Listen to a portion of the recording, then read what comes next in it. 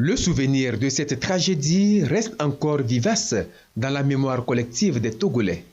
Partis en renfort à leurs frères d'armes qui essuyaient des tirs des djihadistes à Kwekwakanzi dans la nuit du 10 au 11 mai 2022, cette unité d'élite des forces de défense et de sécurité de l'opération Koundjouaré a buté sur un engin explosif improvisé qui n'a laissé aucune chance à ses membres. Bilan, 8 morts et 13 blessés. Le même dispositif est régulièrement utilisé par les terroristes qui sèment mort et désolation dans la sous-région ouest africaine. Comment lutter efficacement contre l'usage de cet engin de la mort? La question est au menu de ces assises.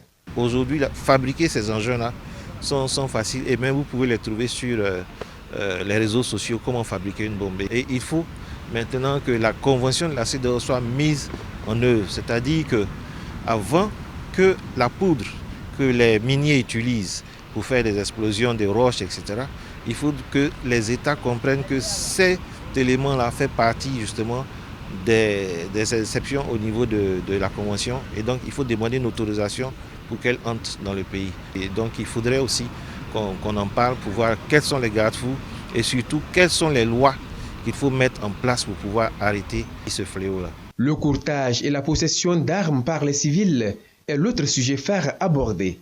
Le phénomène touche l'ensemble des pays de la CEDEAO, en particulier le Mali, qui en plus des attaques terroristes, doit faire face aux conflits intercommunautaires dus aux armes détenues par les populations. C'est parce qu'à un moment donné, l'État était absent, les populations ont assuré leur propre sécurité, que ce phénomène de conflits intercommunautaires ou des idéologies d'autodétermination se sont développées. Donc nous décidons de ne pas accepter à ce que les populations continuent de détenir les armes pour assurer leur propre sécurité. Donc c'est par des sensibilisations, nous abordons ces populations-là, nous leur expliquons les biens fondés de tout ce qui est législation concernant les armes autour des armes et également les inviter à aller vers un dépôt volontaire des armes.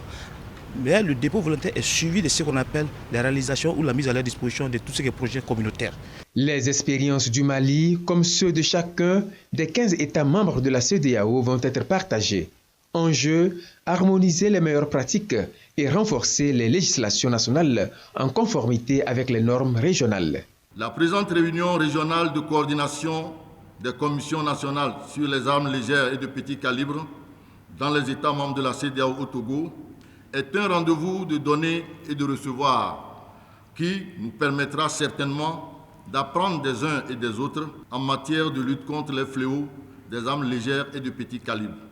C'est pourquoi les efforts dans la lutte contre leur prolifération doivent être perçus comme une contribution à la consolidation de la paix, tant au plan local, régional que mondial, car le droit à la vie et le droit de vivre librement et dignement sont des droits auxquels tous les États adhèrent dans diverses instances.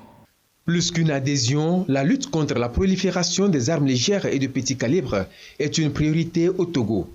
Elle est inscrite dans l'axe 1 de la feuille de route gouvernementale 2020-2025 relatif au renforcement de l'inclusion, de l'harmonie sociale et de la consolidation de la paix.